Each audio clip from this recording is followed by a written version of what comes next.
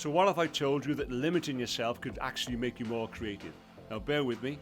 Have you got a minute? Let's educate, empower and inspire your photography, one 60-second tip at a time.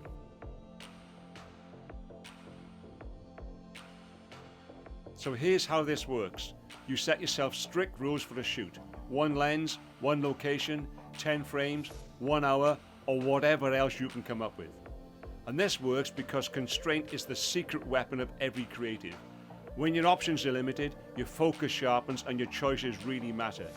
It's like dancing in a phone box. You have to watch every move. Restrictions help you build creative confidence and intent.